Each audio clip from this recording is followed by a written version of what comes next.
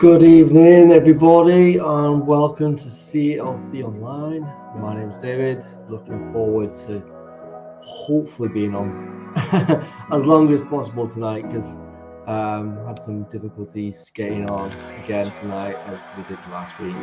But we're here, so please let me know if you're on, if you can see me, if you can hear me okay, and we can just crack on tonight. Also, there's the chat there. It's ready and ready to go. Just let me know in the chat if you can hear me. I'd love to know who you are, where you're watching from, and what God is doing today. So let me know. I wonder if we got people on YouTube. If you're watching on YouTube, great, welcome. Let me know. Just want to do some checks. I'm just going to check my YouTube just to double check everything's working, because we had some issues. Oh, I can see myself on YouTube. There we go. See, that's working. And we look like we could be on Facebook. For some reason it's just being silly. Hey, good evening, John. John, how are you doing? Great. So someone's on. I'm not getting anything on my phone, so I don't know what's going on. So I just wanted to double check everybody's on. Hopefully we'll get some online passes on as well, and then we can just crack on tonight. But yeah, thank you, John, for being on. I just seen your message. I was just saying that you messaged me. I will get back to you once I'm done here. It's good fun. It's good fun. Anyway, really excited to be on. Got some technical difficulties, but yeah, last week was a bit of a nightmare, but we got done. So if you're watching for the first time, I do apologise for the messiness, but this is how it is, real life.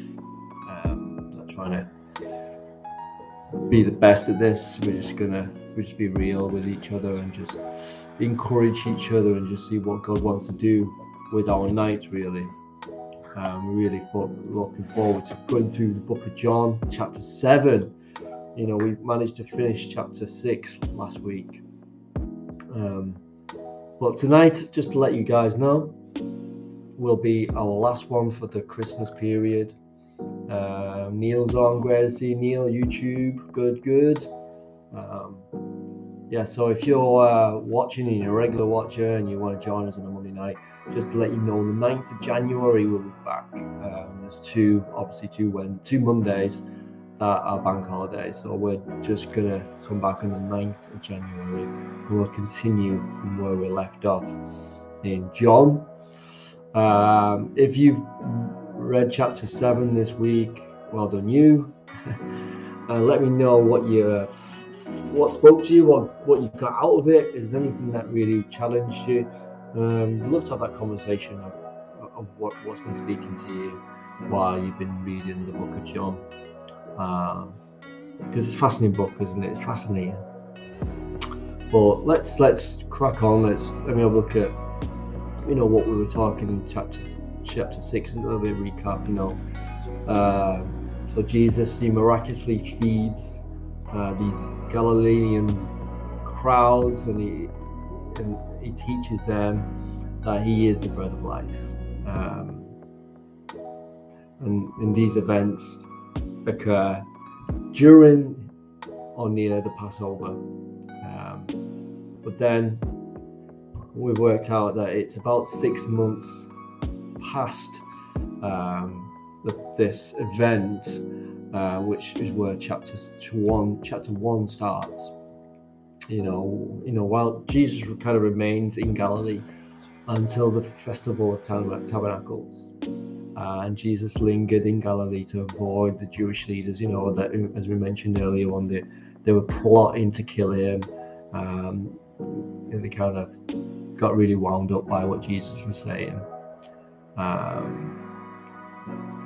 So as Jesus nears the time of his sacrificial death, Matthew 13:55-56 names Jesus' brothers as James, Joseph, Simon, and Judas, and mentions that his sisters. Some people question Jesus' exact relationship to these siblings, but the most logical conclusion is the Lord's brothers and sisters were born to Mary after Jesus, obviously, because the Bible speaks as Jesus as her firstborn son, which is in Luke 2:7. But in the verses 3 and 4, Jesus' brothers presume he will go with them to the festival. It seems quite strange that Jesus' brothers do not yet believe in him. They don't understand who he is. It's weird because you think of the life of Jesus' life in terms of 30 years that he's born by this point, that his brothers and sisters don't see him as anything special. Just shows you what kind of a normal upbringing he must have had, for his brothers and sisters not to realize that he was the Son of God. And I often wonder, did his mum and dad mention stuff to his brothers and sisters, or was it a little bit like Joseph's story, where Joseph was like, he had these dreams and he was telling his brothers and sisters about it, and they got a bit, on the toes with Joseph. Oh, I don't think Jesus would have been as arrogant, but I wonder if he maybe dropped it a few times. Do you know who I am? I'm the oldest brother, oldest son, so you have to listen to me. I think maybe he took a lot of authority in the family, and so his brothers and sisters just kind of just like thought he was a bit of a pain in the butt, probably. So it's weird when you're reading through the first couple of verses, and Jesus' brothers and sisters don't kind of get him, don't believe in him, even though they grew up with him in a religious household as well. It's not like they were a religious family. They were obviously a religious household, and I wondered if they'd heard the stories of Jesus, of his birth. If one of my kids were born in a stable and some random shepherds turned up and angels turned up and a couple of kings turned up and just gave us a load of presents, and then you had to escape to another country because the king wanted you dead, I think, as a sibling, I think I would have kind of like, all right, that's not normal. But clearly his brothers didn't really take it on. I reckon they knew of his character. Jesus was perfect. He was obviously that son where, the goody two shoes probably. But they knew his character, knew he was good. And I probably wonder if he did any cheeky miracles growing up, maybe his brothers and sisters didn't want to eat some certain foods and, made it disappear, or fed it to the dog or something.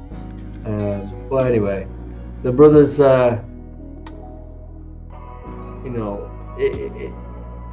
it's weird that when you think about it from today, that Jesus didn't meet their expectations. And in today's society, it's often that same thing, isn't it? His expectations today is not met in people, because they kind of want something. When they don't get it, they kind of think, oh, obviously he doesn't give a damn about me, really.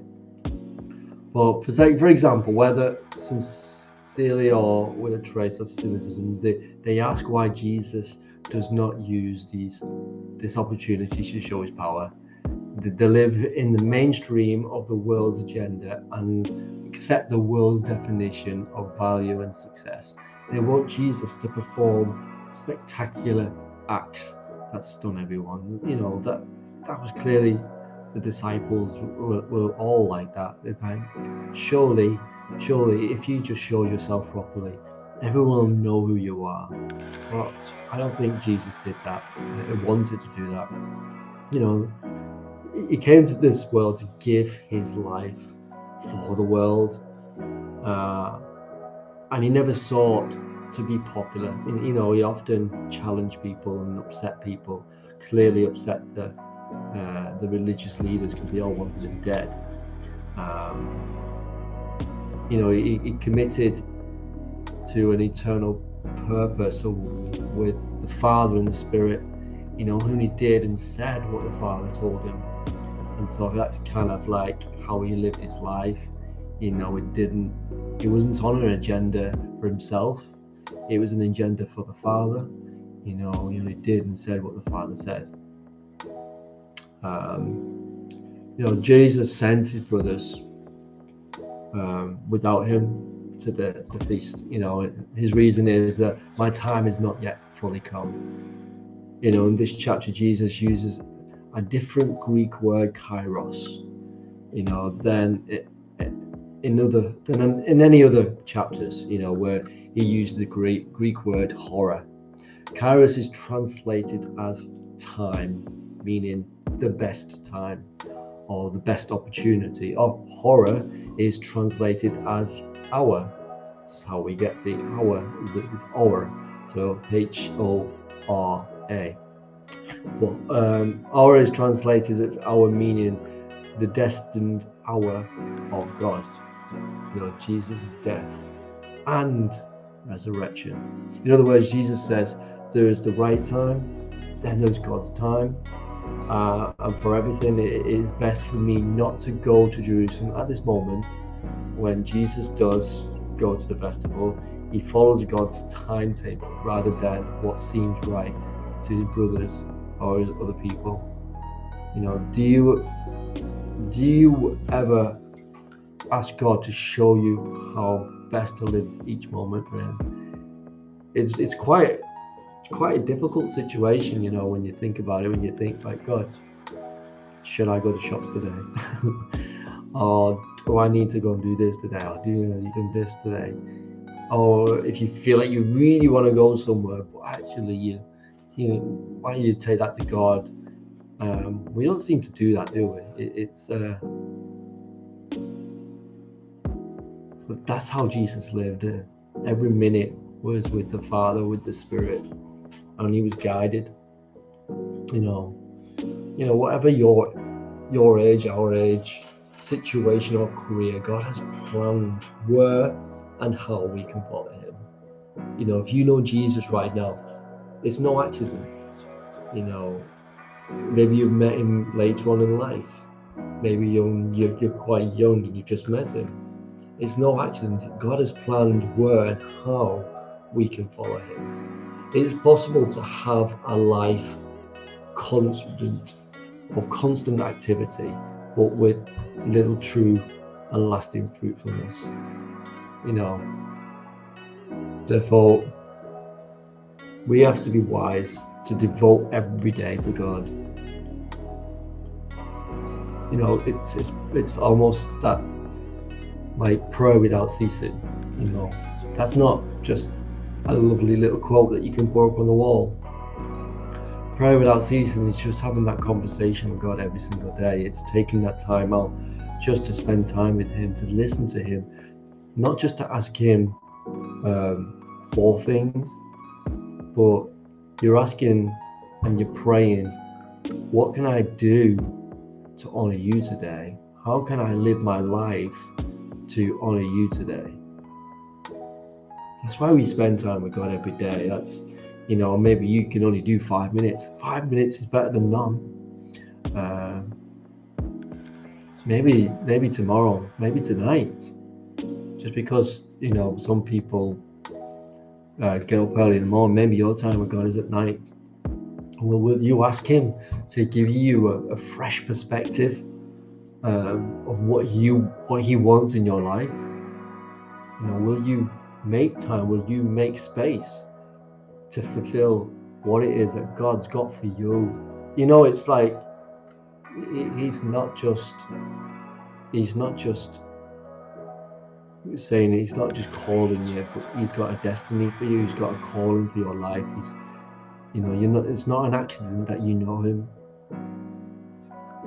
and you don't have to be a church leader or a crazy evangelist or anything like that. You can be a witness in your workplace, and having that perspective of you are the light in the darkness. You don't have to be up on a platform to impact your community and impact the people around you. Kirsty's on. Hello. I hope you're well. I haven't seen anybody else on YouTube. Honestly, if you're watching and you want to say hi, please do. If you're on YouTube, please say hi. I'd love to know where you are, where you're, what your name is if you're watching for the first time. Yeah, I love talking to people. I love seeing who's on, and just India says hi. Obviously, India's at our house. So hello, India. Great to see you on. Well, almost on, kind of on. But hey, not seeing Reese today. I wonder if Reese, if you're on. I'd love to say hi. Missed you last week.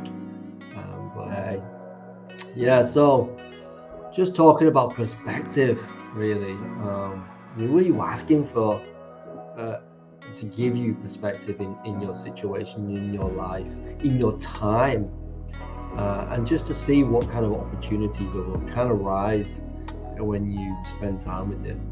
Because I honestly believe that if we spend more time with him, we would see more fruits, in our lives. People think, often, God's not doing anything in my life, and I don't hear from him, or he doesn't speak to me. But do you sit and listen? Do you take some time out? Do you spend the time just in the Word, just sucking it up, eating it, just chewing on it, spitting it out, chewing it on again? It's just important just to take it in. And that's kind of why we're doing these reading, why we're reading through John. And if this is the only reading that you do, that's fine. As long as it's like it's going in, and as long as you feel like God is speaking to you, So this festival of the Tabernacles was one of three God commanded.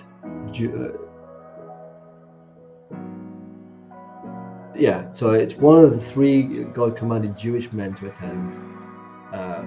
It recalls Israel's history through symbols and ceremony to celebrate God's grace in rescuing the nation. It also looks forward to the future joy at the Messiah's coming.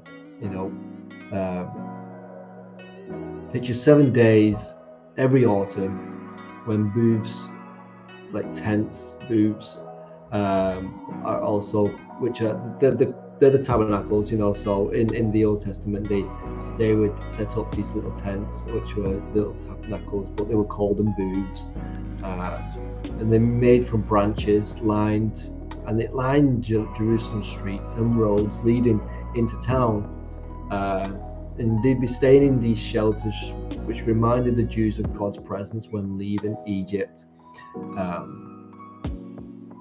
And when they headed to the Promised Land. Each morning, the temple priest poured out water, remembering God's provision of water from the rock in the wilderness. Every evening, the candelabra flames symbolized God leading Israel by the pillar of fire through the desert. Oh, great to see you on, Tracy. Great to have you on. John reveals to everyone that at the festival, and that he has opinions about Jesus. Hostile religious leaders seek to act on their plan to kill him. Pilgrims argue amongst themselves, increasing division over his claims. Everyone fears speaking publicly about Jesus after Jewish leaders declare anyone confessing Jesus as the Messiah will be put out of the synagogue. That's just in verse 2. It's just like, can you imagine that pressure of not being allowed to speak about Jesus because of what's happening, because of the Jewish leaders were getting so riled up, so wound up. Oh, great, Carl's on as well. Okay, it's the young Carl. Thanks, guys. I know you're supposed to be going somewhere, so I appreciate you being on.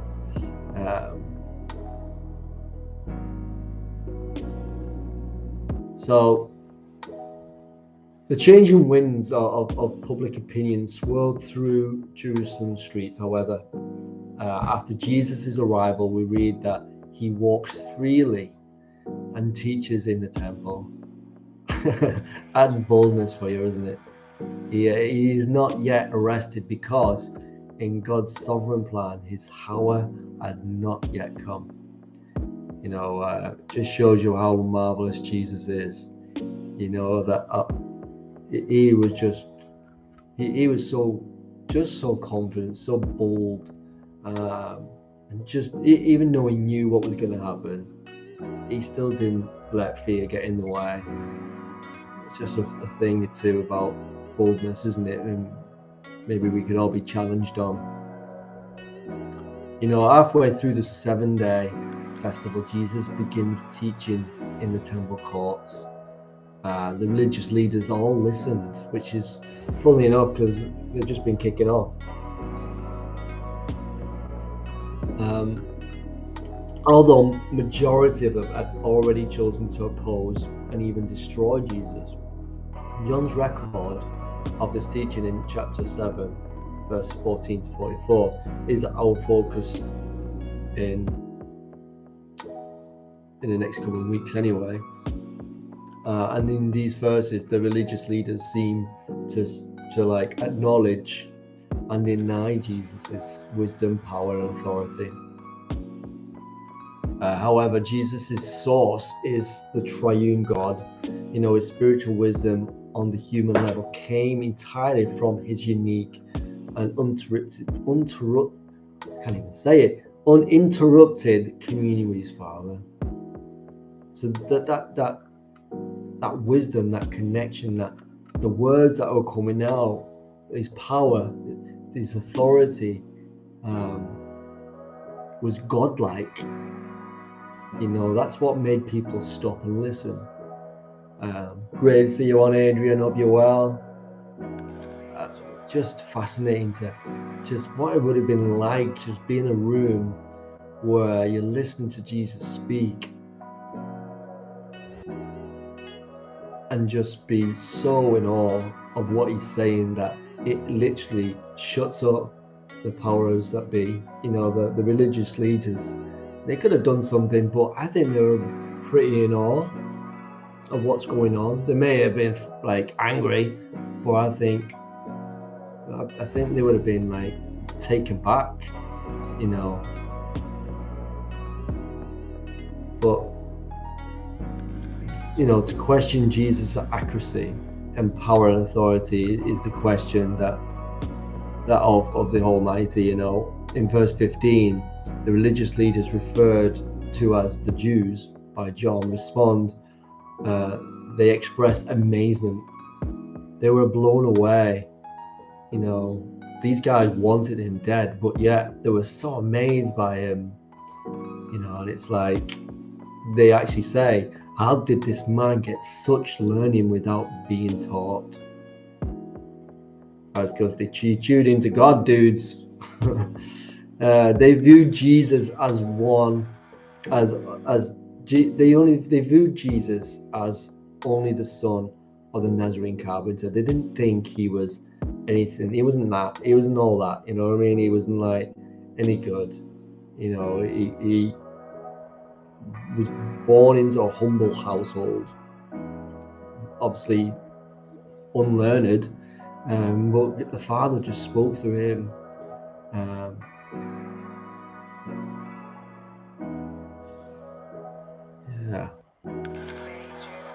You know, they may have marveled at his wise, you know, teaching, and they were blown away by not just the fact that what he was saying, but he would have obviously referred a lot to the Old Testament, the scriptures, and the insights as well of what it all meant. So it isn't simply just talking about the future or now. He was referring back to scripture, the Old Testament stuff, and it was through what the Holy Spirit was saying, what the Father was saying, that really transformed people's minds, but they still didn't take it on board, did they?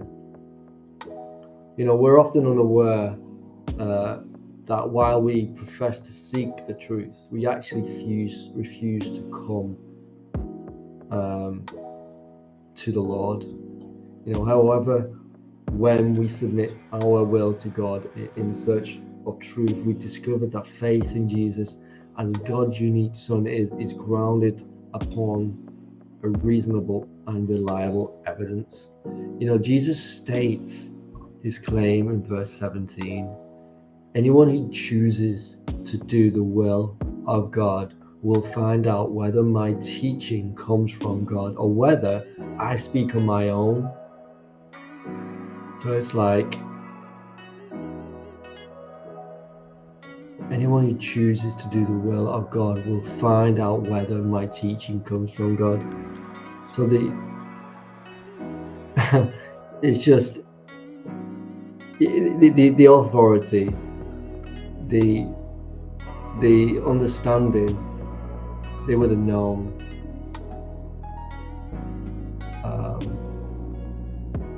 Let me just sort something out about playing up here.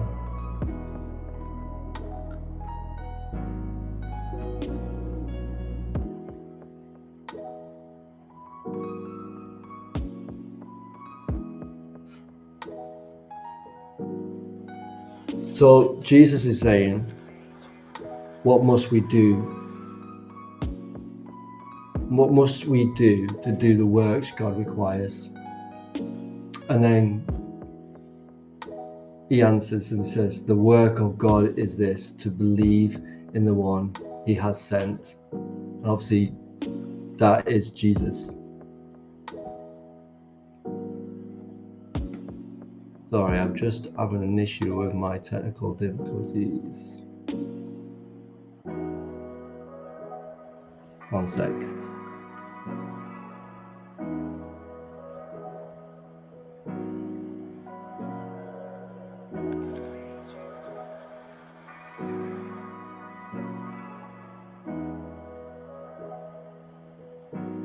There we go. Sorry about that. It was going a bit nuts on my laptop and I couldn't really see what was going on. You know, Jesus speaks only truth. He who seeks the glory of the one who sent him is a man of truth. Jesus always honors and glorifies his Father. You know, the selfishness of his actions and his teaching confirm his authority. Jesus shows his faithfulness. Jesus knew and kept the Mosaic law perfectly. You know, the leaders' false accusations that he had broken the Sabbath only revealed their own hypocrisy. You know, he confronted them saying, yet not one of you keeps the law. So why are you trying to kill me? Yeah. And then in verse 20, the gathering crowd responds to Jesus' claims of divine authority and with accusations, you know, you must be demon possessed. Who is trying to kill you? Jesus responds by continuing to prove his authority and right judgment. John 5:1-18 tells how religious leaders judged Jesus harshly for breaking the Sabbath. You know, when he healed the paralyzed man at the pool of Bethesda, in addressing their error now, Jesus uses the law regarding circumcision, and God's command regarding the Sabbath as guides. You know, the listener knew male children were to be circumcised on the 8th day after birth. Even when that day fell, you know, on the Sabbath, circumcision represented purification and wholeness within God's covenant. With honoring God in mind, Jesus reasons if care for one part of the body is allowable on the Sabbath, how much should Jesus work to heal whole man on the Sabbath so that he can take his place actively among God's people? You know, Jesus concludes his explanation by commanding the critics, stop judging by mere appearances, but instead judge correctly. You know, as the people in Galilee struggled with Jesus' claims, he replied, "No one can come to me unless the Father who has sent me draws them." How are you right now? You know, how are you responding to the evidence of Jesus' wisdom, power, and authority? His belief, the belief in Jesus, is the ultimate moral responsibility and an exceedingly gracious work of God. Do you want to do God's will with all your heart, yet you cannot quite find your way? You know, maybe if you're struggling, maybe if you're in that place where you're not sure, why don't you ask God to show you your desire for Him? What is it that you desire for Him? Maybe you don't know. Maybe you kind of need someone. You need Him to speak to you through that. Just get alone. Just ask Him. Ask God to show you your desire for Him and where that comes from. Ask Him what He's also doing inside you already.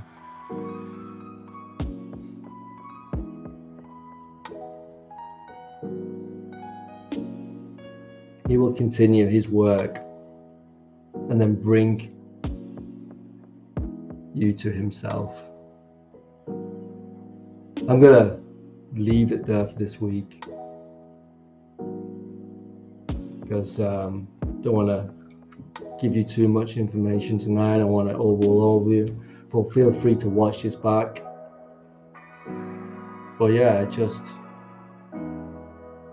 I'm blessed that I get to do this, that we get to be on, we get to be together and help one another just to understand the word and read through chapter 7 of John's book.